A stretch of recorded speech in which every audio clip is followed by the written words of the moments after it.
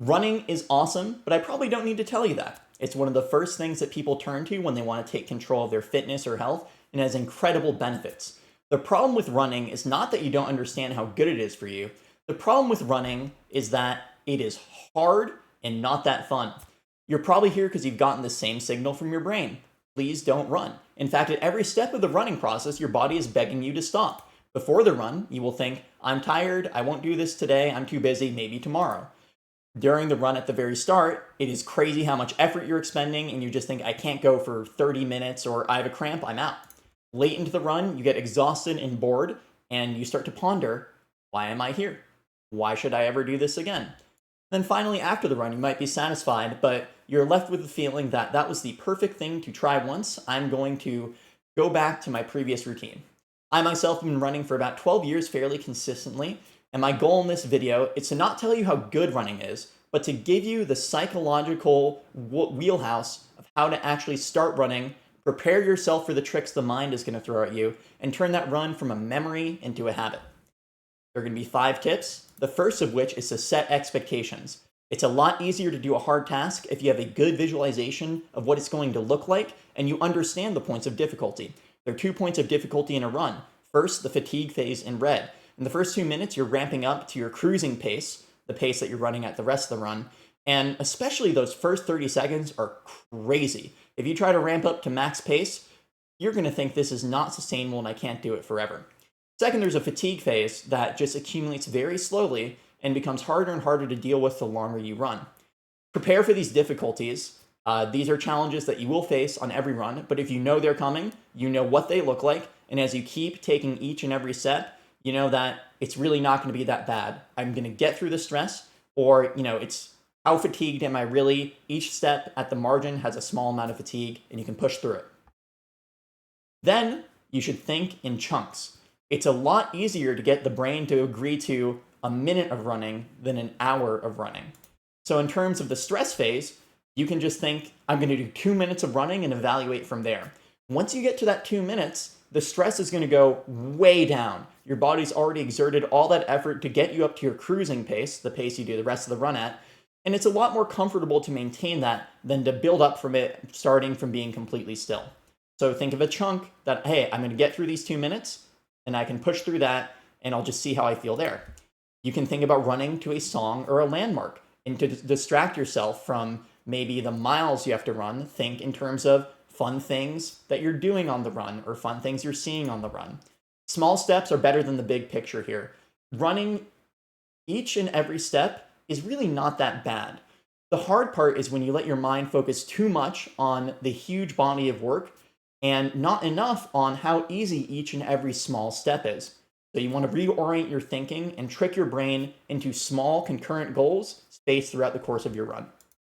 Prepare for false signals. Every run, I feel like I discover a new muscle that has a random cramp, and it's like the body is just giving me warning lights like, hey, I don't feel my best. Please stop. So you'll have random muscle cramps or tightness, and just run through them. It's usually not a big deal. Focus on your whole body over a specific muscle. Oftentimes, if you run after working out, you might feel like one of the muscles that you worked out is really just getting killed on this run, but the exertion it's doing is not that serious. But really important here is you are honest with yourself, because you don't want to get hurt. So if you feel something that is serious, and especially a cramp that is in your legs or any part of your body really involved in running, I'm not telling you to not listen to your body, but you shouldn't listen to the false signals like a really small cramp or a tiny amount of muscle tightness. You'll know it as you experience running. Adjust to you and your body, the perfect segue from ignoring false signals. You should not design your run to be part of some sort of holistic cleanse where you're going to fix everything and start running at 4 a.m. Running is difficult, so you should try to make it as easy as possible to fit into your routine. You don't need to start off at a blistering pace or distance. Start with what your body's comfortable with. When I first started running, it was for no more than a mile and about 50% slower than I run today. And I built that up over the course of 12 years. So don't think you need to start at marathon distance at Usain Bolt pace. You don't need to run at 4 a.m. In fact, that's probably one of the ways to be least successful, is to run at a time that you don't want to. Think about what your body likes. For me, I actually like running in the morning because I find I get more cramps from food, and it just kind of restricts the rest of my day if I don't get my run out of the way. You might prefer running at night, especially if you have a smaller amount of distance. Finally, consistency is the mindset to have instead of streaks. A streaks mindset is where you serve running. You're building up this crazy running streak every day. And yes, you're working on your health, but you're doing that through a streak. And then your whole mind and orientation becomes around increasing and preserving the streak. A consistency mindset is about how running serves your goals. You are using running not for the sake of running. It's a tool. It's a tool for your fitness. It's a tool for your weight. It's a tool for your nutrition, your health. It serves your goals. Every single run you do builds towards the goals. Even if you skip a day of running, you skip a week, all the work you've done is accumulated and it still counts. Your collective effort is what matters here, not did you run on any random day. A streaks mindset is one that builds a house of cards. It looks really pretty. You can brag about your streak, but you remove a card and all of a sudden it's awful. It's like almost an existential nightmare.